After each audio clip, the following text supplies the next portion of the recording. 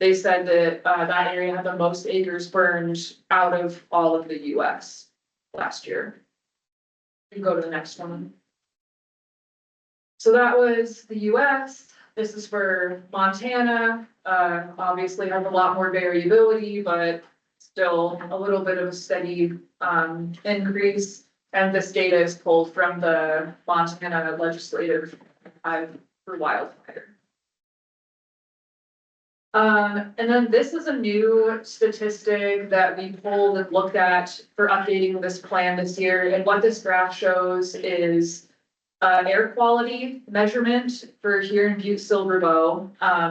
And this is only based off of the one actual EPA air quality monitor that we have for the county, which is the one over at the Greeley area air station. So this is only based on that one air quality monitor, but it still shows, again, over time, this is from the year 2000 to 2023, that air quality has kind of, we've been having more days of worse air quality, basically is what this graph shows.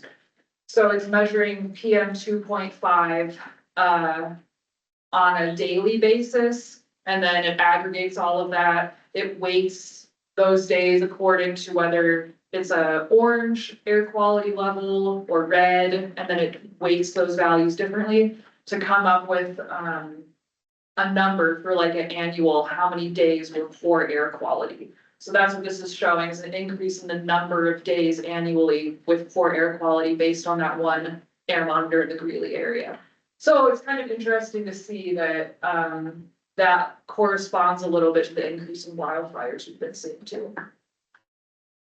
And then as far as population health data, this is based off of the most recent public health numbers that we have from the community health assessment in partnership with St. James. And so this in particular reflects some of those groups I mentioned that are more sensitive to wildfire smoke, people over age 65, young children, people with chronic health conditions, particularly respiratory diseases like COPD and asthma, and then also people in the lower income bracket. So one interesting thing that I thought was particularly something that stood out to me in the community health assessment was a number that said almost a quarter of residents of Butte-Silver Bow self-reported that they couldn't manage a $400 emergency expense if it came up. So that includes obviously the people that are officially qualified as being in poverty according to the federal poverty level, but 24% is many more than those people at that poverty level. So that's a quarter of our folks that say they couldn't manage a $400 emergency expense, and that makes them more vulnerable to wildfire smoke, obviously, because they have less access to purifiers and all kinds of stuff like that. So that's kind of the data that we updated this plan with, and then moving into some new programs that have been implemented since 2021. I'll talk about that a little bit. So a big one that these guys started in 2023. Yeah, this is year 3. So in 2023, they started the air purifier loan out program. They acquired around 50 air purifiers. They're about medium size, about this big. And so year 3, like I said, actually just launched today. We had our first person come in and get one this morning. So what this program is free air purifiers at no cost that we loan out to Butte-Silver Bow residents.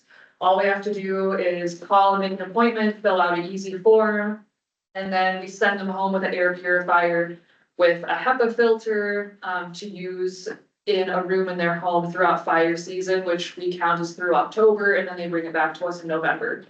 So that has got a lot of interest in the first couple of years, and already today being the first day, I think I have 10 people already on my calendar to come get them. So yeah, I think we have between 30 and 50 at this point to give out. So that's going well. And then also just this morning, actually, we installed an air quality flag at the health department. we already have the air quality listed on our digital board, but we also wanted something even more eye-catching for people, so we're gonna start changing out the air quality flags all summer long, checking the air quality every day. And something that I would love to do, in the next year or two is maybe get more places around town to have these flags up, so no matter where you go in the community, it's like a really in-your-face visual of what the air quality is like. So that's another thing we did. And then finally, I mentioned earlier that for a long time, the only air quality monitoring we had was at that Greeley Air Station, which is the EPA one. So, again, a couple of years ago, these guys got, I think, what'd you get, 9 of the purple air monitors? Or something? 6? So they got 6 of these purple air monitors that are super easy to use. They work via Wi-Fi. And the air quality data, again, these measure PM 2.5, and the air quality data is sent to the purple air folks, and then you can look at the website just to see what the air quality readings are from these monitors. So starting a couple of years ago, they set up these little monitors in other places throughout the county, so we had more air quality data from more than just that one EPA Greeley site. And so some places where these have been set up include like the Spring Senior Living, Ramsey School, Melrose, Community Health Center, I think. They said they're, yeah, but yeah. They're, Okay. the rescue mission had one at one point. Yeah, the rescue mission. So just trying to get more data points for air quality, so it's not just that one reading that we're going off of for the whole county. And then something that's pretty new, is a graduate student at Montana Tech who just did their thesis on looking into the feasibility of making existing buildings in Butte into a clean indoor air shelter. That's one thing that our county unfortunately doesn't have. As all of you know, a bunch of our buildings don't even have air conditioning, they don't have HVAC systems, so there aren't a lot of places for the public to go in the event that the smoke got super, super bad. So this graduate student did a whole research project and looked into the St. Anne's Parish, the First Presbyterian Church, and the Mack Center to see if those were feasible as turning into a clean indoor air option. And we're still kind of waiting on the results of that.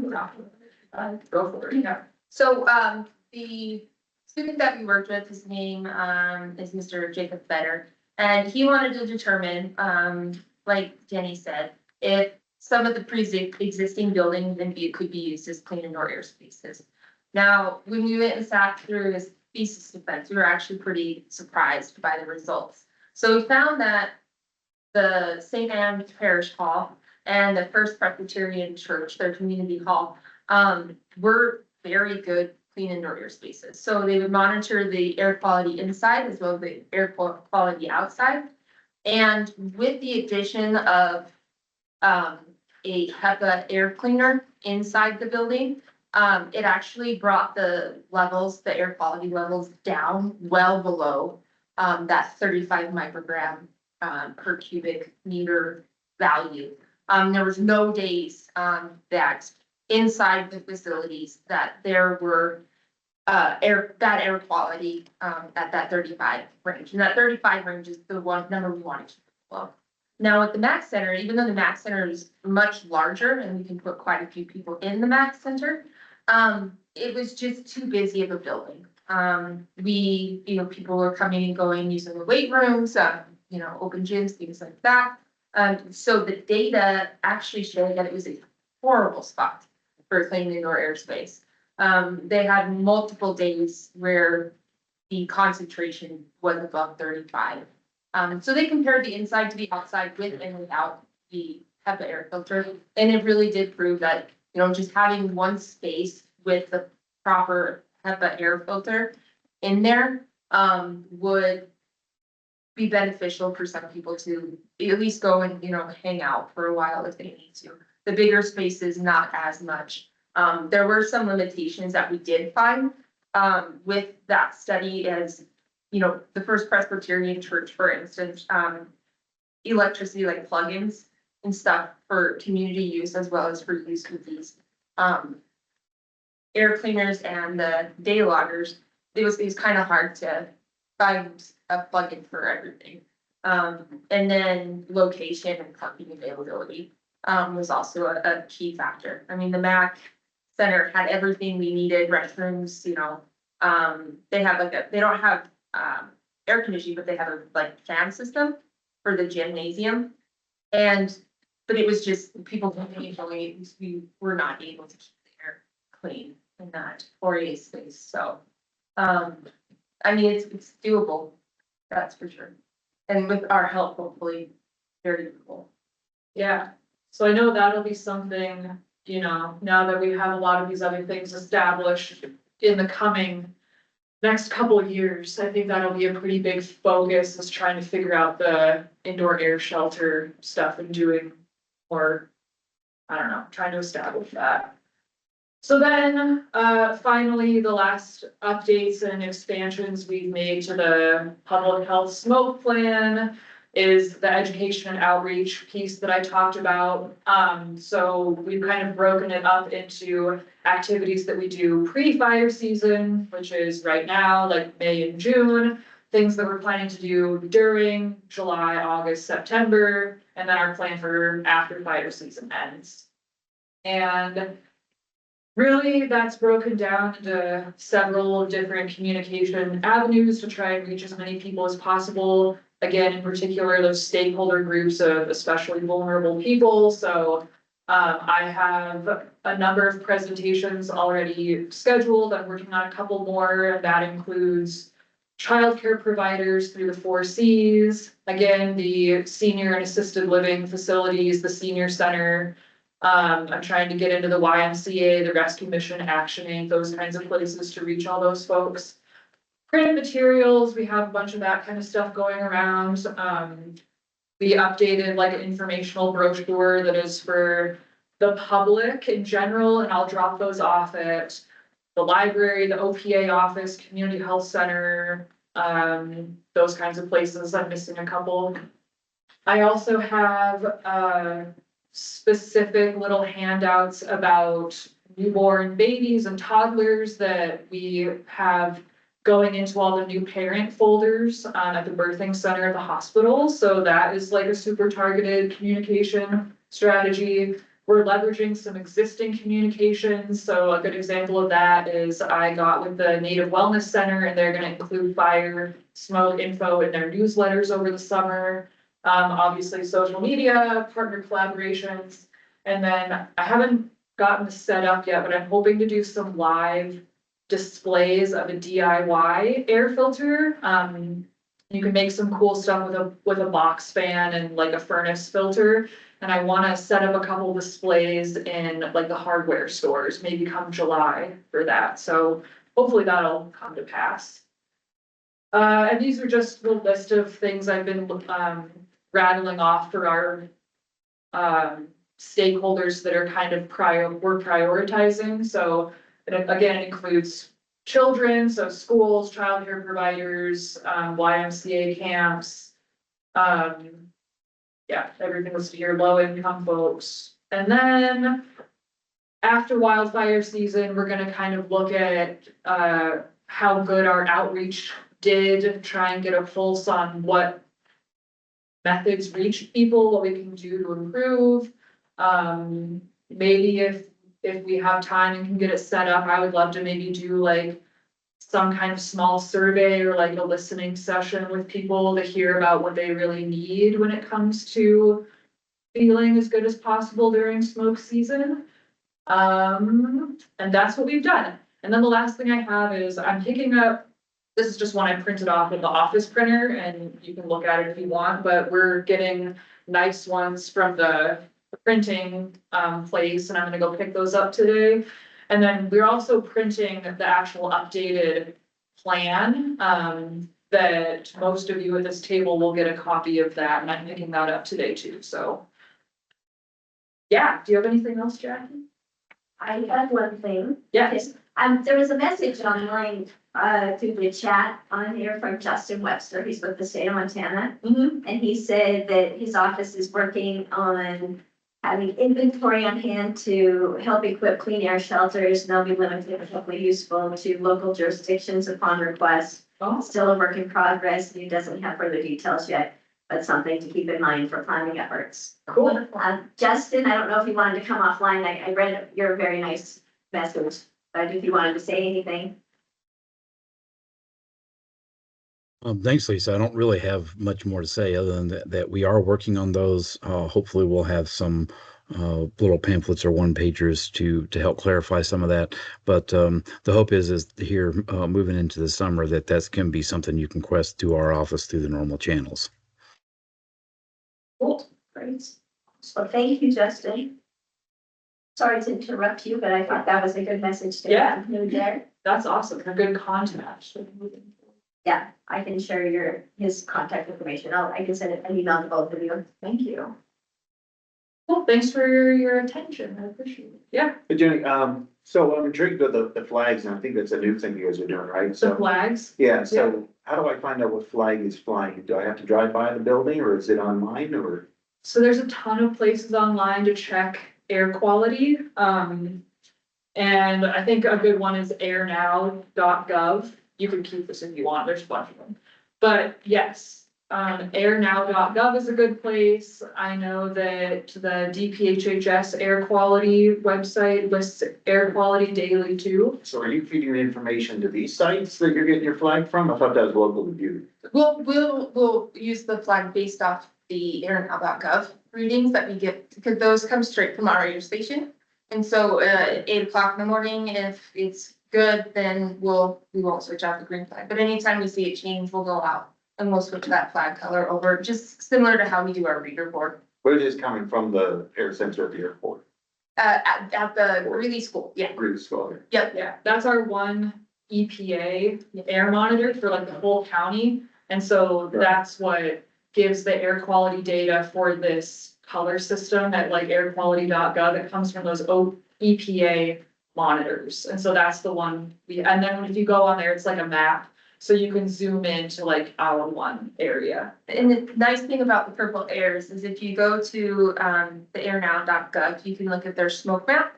And all of the purple airs actually will show up on the smoke map. And so if you live down close to Melrose, and you want to know if it's worse down there than it is up here, you can actually click on the purple air down in Melrose and it'll tell you the air quality in that area.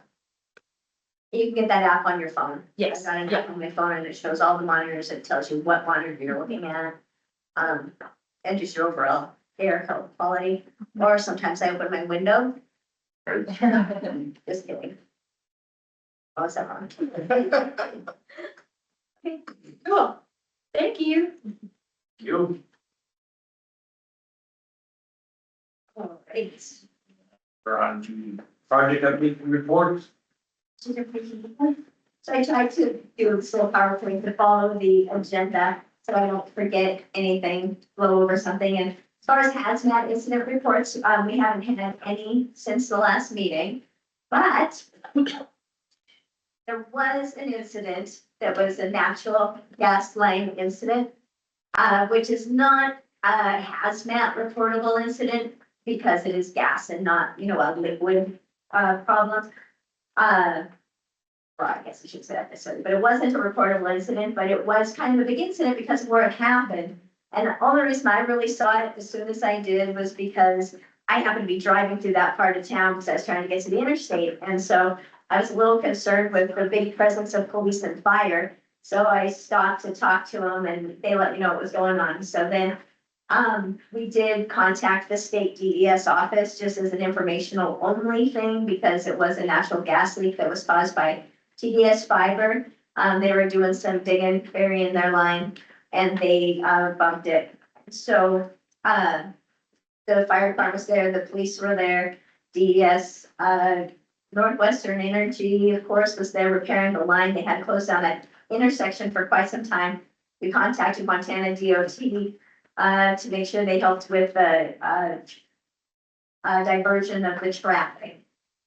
And so it took a little bit of time, so I thought it might be interesting to say, and it was probably a curious thing as to what was, going on down there with all the police and things, and no accident. So the next thing would be for, Yes, I did that. Does anyone else have anything to say about hazmat? Any situations that you've incurred during the month or situations you know we should be made aware of? All right. So as for emergency alerts, there was one emergency alert sent out, and it was the 14th. Big enough that I can see it. But it was for problems with the phone lines. It seems like we're experiencing quite a few problems with the Lumen. It's not Butte-Silver Bow causing the problems. Lumen, I feel like it's been kind of an uptick in problems, but I'm not sure the cause. So anyway, I just thought that I would show you here the first little picture there is off of my phone. That was what the Everbridge text looked like coming through. We pushed out the problem and then we pushed out again when it was resolved. The next message, this time when we pushed out the message, we did include the original Nixle group, Butte-Silver Bow updated from the Nixle platform, I guess you would call it. And when we updated from Nixle to Everbridge, Everbridge actually owns Nixle. And so all of the people who had registered for Nixle is still contained within that system. So I thought, let's try. And that message I got from a friend of mine who had moved out of town to Ennis and saying, is this a hoax? Right away, she, 9:49, she got it, 9:49, she sends the message. So I was glad to know that that was working as well, but you can tell that came from Nixle because the way to sign up for Nixle, you would email your zip code to 88777 and that would register you. And so I think that still probably works for people who or for whatever reason, don't want to log in and sign up for the Everbridge notifications. We can still reach people through that.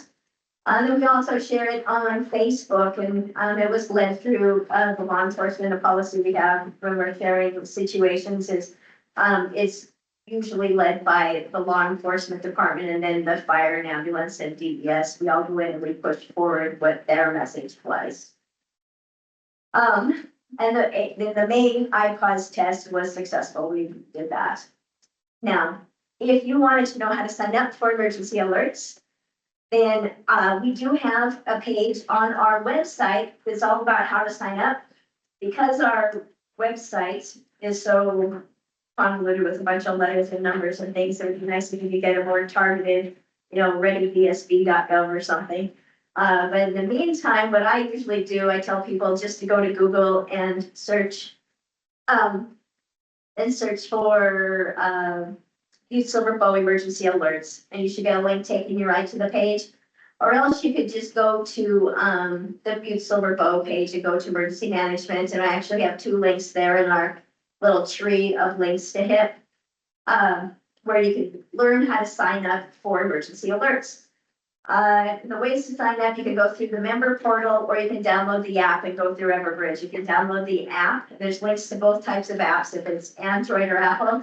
And you would just look for Butte-Silver Bow Law Enforcement as who you'd register with to get your notifications. But James, if you want to click that register now link where it says for online, I think you just flipped over to the website. So this is what it would look like if you went to log on. And anytime you return to this Everbridge portal, you'll see up in the corner there where it says notifications. Well, that's the member portal. You can click there and you can see notifications that are possibly out. I haven't expired some of the older notifications we sent out, so you can see a little bit of history of notifications that we have sent. But the top 2 are the most recent, and that's where the problem was that the non-emergency phone lines were down in the dispatch center. 911 itself was not affected. And then Doug also got a hold of me when the situation was resolved. So it's pushed out through the Everbridge program that it was resolved. We did not use iPause for this sort of a notification. Any questions about signing up for emergency alerts? Plus, I'd like it if you told your friends to get people registered. It is helpful to have people registered, especially if they tie their cell phone number to an address. They can tie it to your mom's address, your own address, your work address.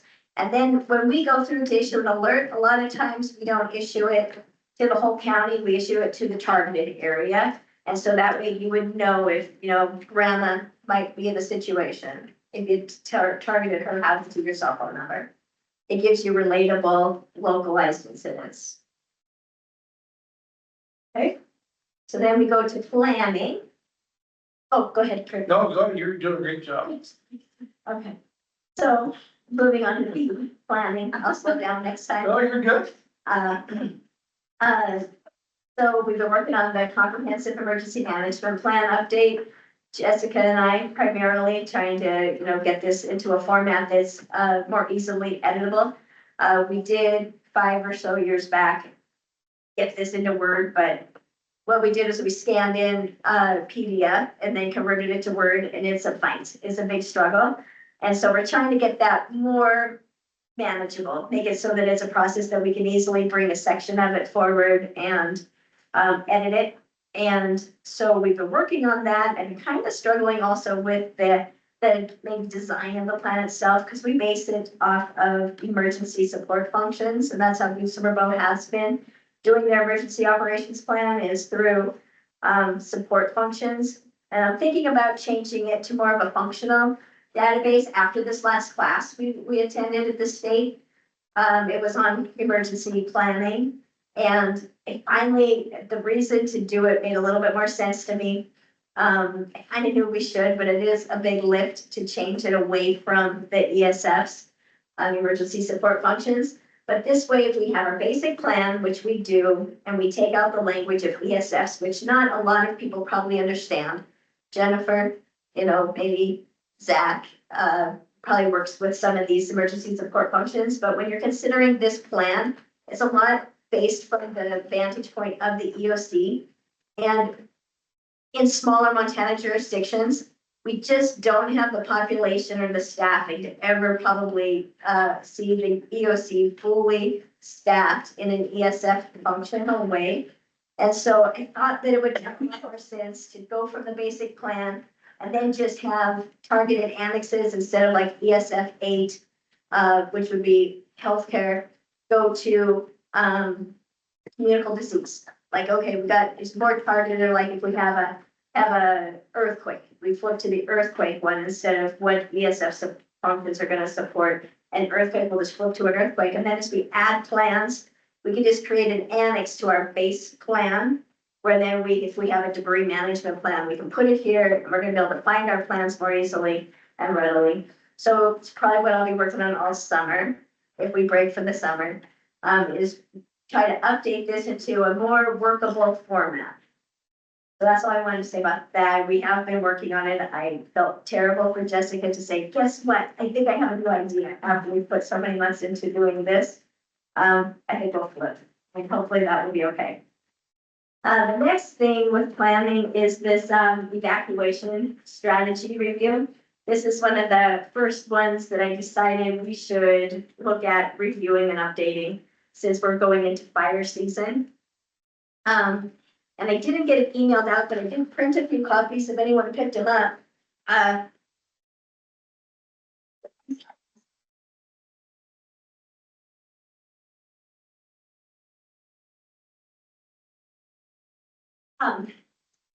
So in here, if you went to the back of it, what we primarily look at is our strategy if we really didn't have to evacuate. And this is something that we adopted back in, I think it was 2017 or something. The Montana Sheriff and police officers pushed forth a suggestion, because before our evacuation strategies were all kind of all over the place, and sometimes you did the red, yellow, green, or green, yellow, red, or the 1, 2, 3, or the ready, set, go, and there was a little bit of confusion. And so the last time we updated this overall plan, when we did the big step into it, we've Butte-Silver Bow decided to adopt the 2-stage evacuation model. And when we did have that Blacktail Canyon fire, was it July? Sheriff was working with Fire and US Forest Service. And they did implement it. It's a two-stage process where the first stage is the warning, followed by the order. And I thought that that worked well, and so I would suggest keeping it. I don't know if Sheriff has anything to add. No, I think it's fine. It's much simpler than the red, green, yellow. 1, 2, 3, ready, set, go. It's, it's a warning, so be ready to evacuate. If we think you need to evacuate, we'll tell you. Until you hear otherwise, just shelter in place and it works. Yeah. So, they definitely updated some of the language in there, in this plan,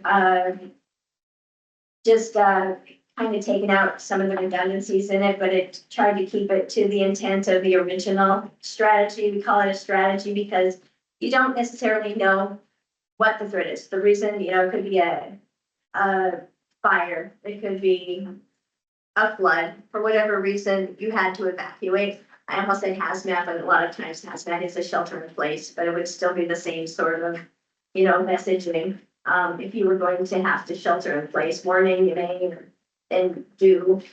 And so I updated that sort of language, and then if you want to go to the next page, James, part of this plan, and I will email it out to everyone, there's a section, the best practice I have at the end, but there's a section earlier where it kind of goes off, if we did have a large incident, and we were going to activate the EOC, and we were going to try to, coordinate an evacuation on a large scale. We have some supporting roles in here and what they might be doing. So I'd like it if everyone, I'll email it after the meeting out, if you can look to see what your section says for your department, just to see if that made sense to you, if it's something that, you think no, you think yes, you think, to add something. Plus, if you don't see your agency listed and you think that you would have a role, also give me feedback on that. And then I'll implement the plan and update it. And then when we meet again, we can do a final approval. I just thought that we should probably consider this. And, we don't really line out preset evacuation areas, primarily because, well, you don't know where it's coming from.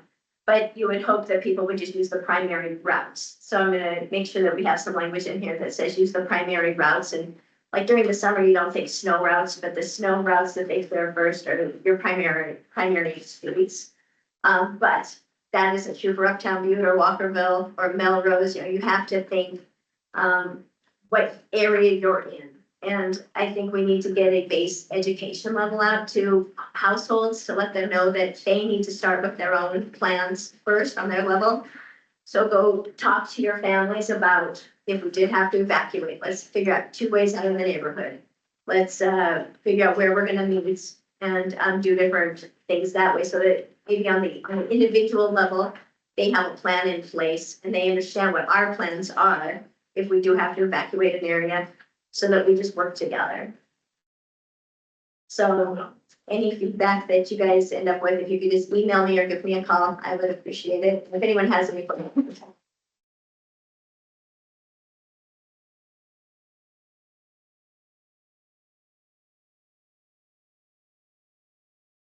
Oh, you sure? Okay, I was just checking. Emergency preparedness grants, we'll talk about the National Weather Service update. Do we have anyone from the weather service on?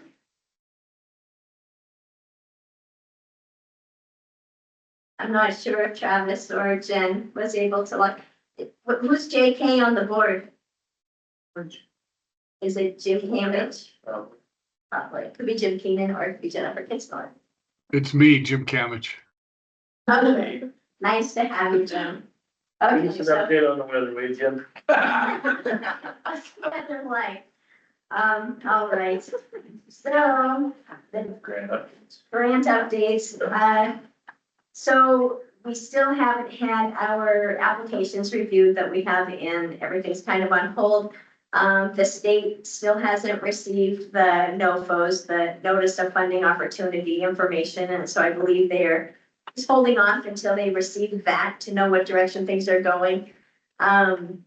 And once they do that, then they have their SAC meeting, their Senior Advisory Committee meeting. where they score and go over the grant applications. But right now, they don't even know how much money they have to award.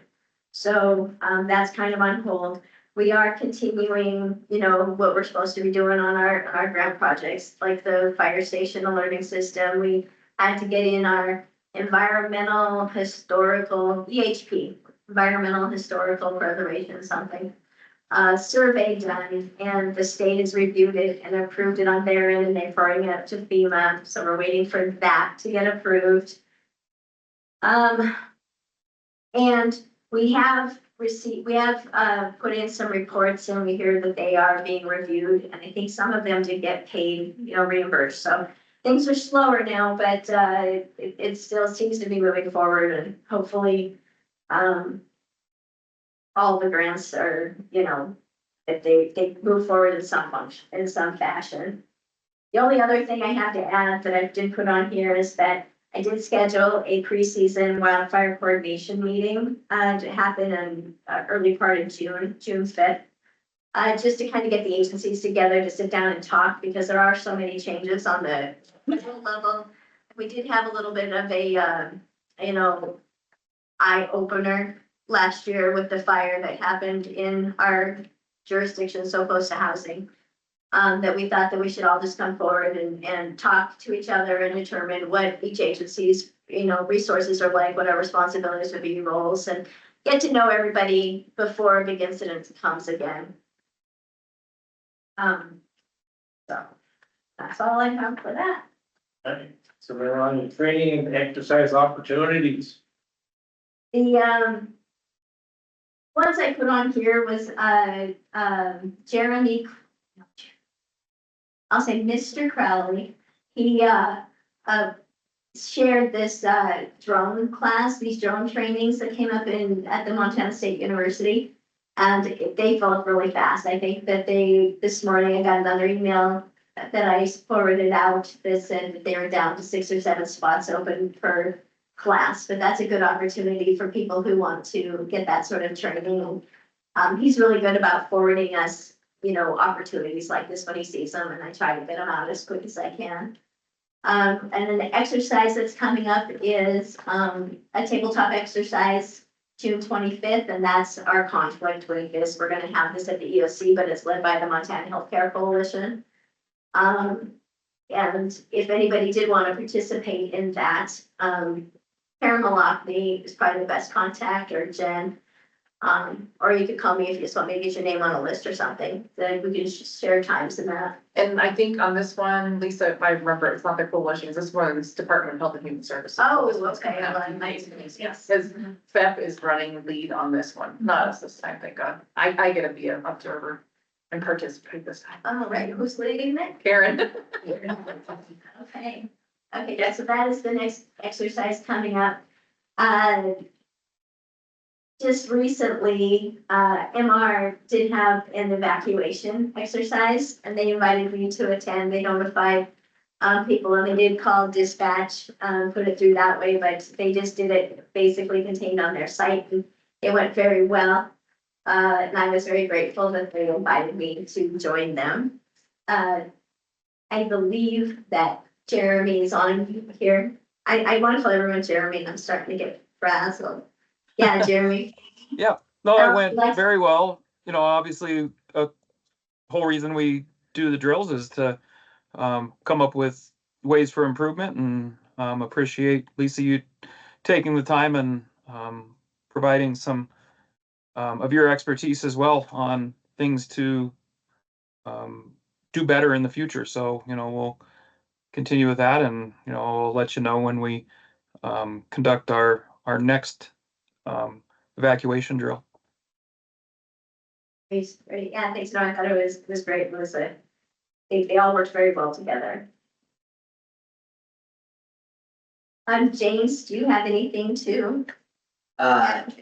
Just our access and functional needs that our state, I'm working with state DES and state Department of Health and Human Services on designing a curriculum for access and functional needs during an emergency. Justin's on the curriculum design team with me, and we're planning a pilot class at Fort Harrison in August, and then hopefully we can bring this out to more communities throughout the state. It's important things to talk about that during evacuation, how from, sheltering to transportation to notification.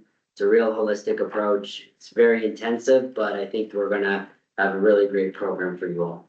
And Jason, I would be happy to help on that one, because one of the needs we have to do is look at the access functional needs, especially on the hospital side. Because day to day, we have that population and typically we are taking care of them. So if we ever had to evacuate, it would be take the entire community jurisdiction and surrounding areas to help us head out, and access functional needs is a huge component to that. That's one of our goals when designing our curriculum, is to make sure that it's the whole community approach.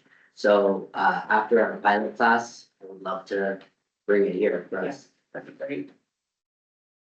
Thank you, Lisa. Does anyone else have any exercises that they'd like to share? They want participation or trainings coming up that they would like to share? I was gonna do it in my report, but tomorrow we're working with Sid Montana again and Montana Health Association along with DPHHS. And so we're gonna be doing the mental health simulation again. So if you guys remember last year, we were the pilot for the state. Since then, they've rolled it out to 18 jurisdictions across the state of Montana. So it's really taken off with Sid Montana. So tomorrow they're bringing it back to us so we can look at the final product after we tweaked it with the pilot. So we'll have in the parking lot, they'll get the typical dispatch call with the simulation. With law enforcement A1, we'll have the simulated scene from our parking lot. And then we'll move that into our ER and what that looks like with our mental health patients, and how we can not only treat these patients, but how we can de-escalate the situation and what tools we have for workplace violence also.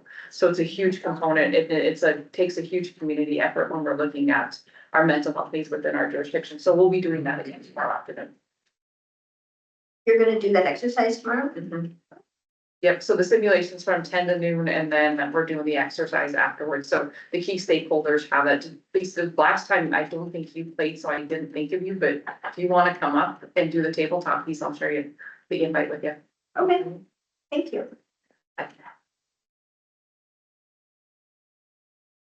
So I guess next is communication. So, under communication, I usually talk about the 911 subcommittee. We have gone into a quarterly meeting schedule instead of a monthly meeting schedule, so I don't always have this added on to the agenda. And the last time we met was April. I think last month I had kind of a full agenda, so I didn't put that on here. And now, when we were upgrading the radios and upgrading the flex system, the CAD RMS, it was pretty busy, so we met more often, and now it's kind of more of a situational, meeting where we get together. And one of the interesting things that I thought came up out of the subcommittee conversation was between ambulance and rescue, fire rescue, how they were going to communicate over the radio system. And I don't know if Zach, if you would like to give a little update on that, what changes have been made? Sure, so, I would say in the last couple of years, fire department and EMS with A1 has made some pretty, great improvements in their training qualifications. We have a number of paramedics now, that are, on shift on a daily basis. So, even a year and a half ago, we might have just had all EMTs, advanced EMTs, and getting dispatched really didn't matter how we got dispatched. Dispatch was just dispatching a rescue from a fire department and an ambulance from the ambulance. Now, since A1 has a number of paramedics and the fire department have a number of paramedics, there for a while, we were trying to spread the paramedics pretty, we were running them ragged, actually, because we wanted to provide the best service to the community by sending a paramedic to every call. And that really wasn't quite fair to the paramedics, and we were running in thin. So, as far as the fire department goes, we run about 68% medical calls. Out of those 68%, you know, maybe 20% of those actually need a paramedic if it's a true trauma, CPR in progress, something like that. So what A1 and the fire department came up with was just a little bit of a change in how they talk on the radio, actually. It's so A1 will just get on and notify dispatch, which alerts the fire department if they are running ALS or BLS. So ALS means they are advanced life support, so they have a paramedic. BLS means they have no paramedics, either on that day or going to that call. So that kind of alerts the fire department in saying, okay, a paramedic is already going on scene. Our paramedic can kind of stay back and go to something else if something else comes up. Instead of just A1 saying, we're responding, and then we might send 3 paramedics to the same call. And if another call comes in at the same time, now we have no paramedics in the county. So, with the agreement from dispatch and Doug, A1 is just basically, it's just radio traffic now. It's just saying that medic 1 is responding ALS. So that way the fire department can kind of send strategically some manpower. So it's a good thing. It's you know, for most people it might not matter, but we're doing our best with sending the right resources to each call. So it's a positive, and we are we're just yeah, trying to provide the best service. So that's the update. And I any kind of, you know, everybody kind of needs to realize that any small little upgrade or change adds that much more work to the dispatchers. So it's not like we can just implement anything that we want. It takes Doug and his team to agree to it and eventually train to it. And they're already running thin, so we're not trying to make, you know, more work for them, but ultimately it's it'll just be a better service to the citizens. So that's my update from the 911 committee. Thank you. Anyone else have anything to add? Sheriff, no, No, but thank you for the opportunity. you're welcome. You feel ignored. Okay. So, Please. Unified Health. I'll go first. Go ahead, Jen. All right, so the Western Coalition, which is essentially us up to Whitefish, we got all of our partners together on May 15th. And we did a command system refresher. We try to make it as fun as possible, because I think all of us have taken the, you know, the ICS 100, 200, 700, 800, and had really a lot of fun with all those classes. So we actually created a Jeopardy board. And so we had public health, EMS, we had, Lisa's counterpart from Missoula, Nick Holloway, was with us. He's actually on the coalition executive committee with us. And then we had a lot of our healthcare entities, pretty much on the western slope of the state. And I have to say, it's the first time we actually had a lot of fun in competition, actually doing incident command systems.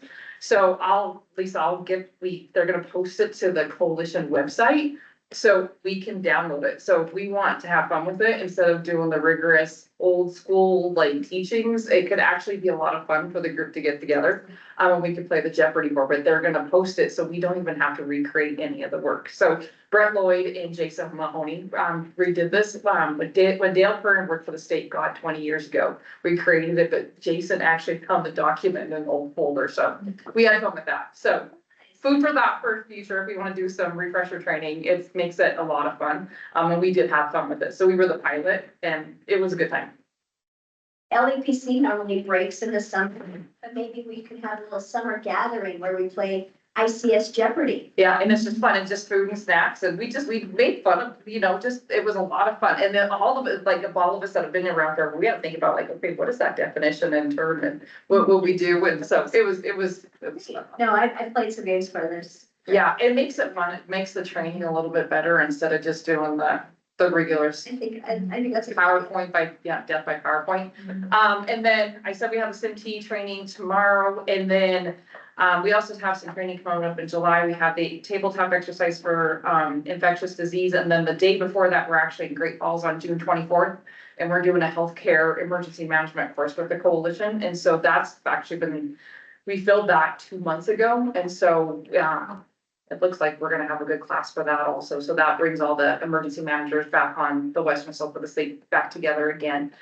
And then, just a report up, Karen and I talked this morning a little just for information only. There is no measles cases in Butte-Silver Bow County. Just so you're aware, we are, as between healthcare partners and the clinics, we are coming up with plans, trying to figure out if we did have to test and we had a suspected measles case, what that looks like. So we're working with our clinics that have the negative air spaces and looking at those plans. So we are constantly talking to each other and working in our jurisdiction. But just so everyone's aware, we do not have any cases in Butte-Silver Bow at this time.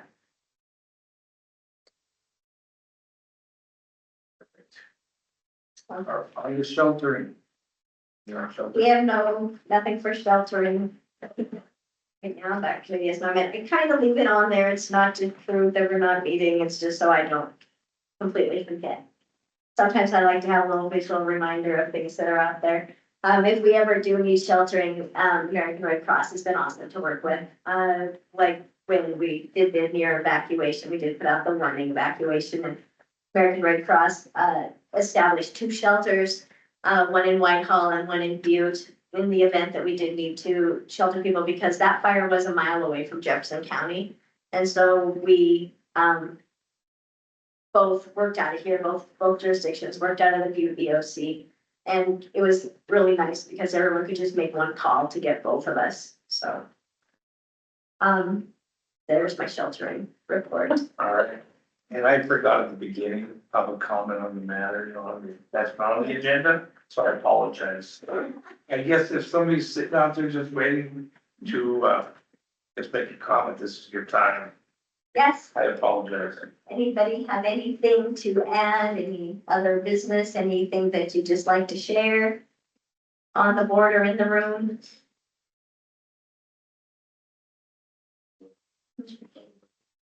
So for June, we would normally meet again June 25th, and that is the day of the tabletop.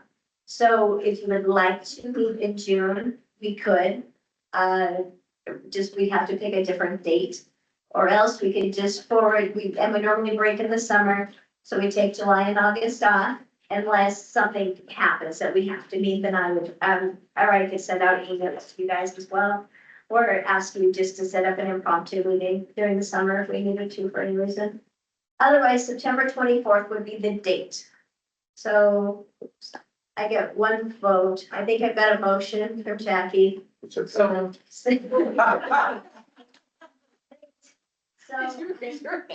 I will forward out the Montana State training. I don't forward out all of them, but I usually try once a month. And so usually those come out on Thursday, so I'll forward that out to everyone tomorrow. And I'll forward the evacuation strategy, and I would appreciate any feedback that anyone has on that.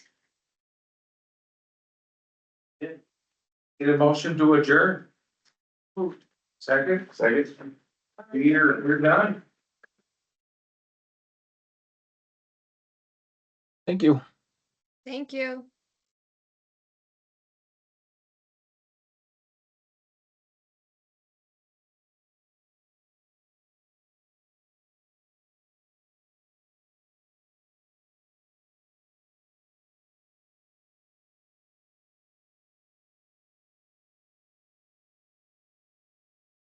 Yeah.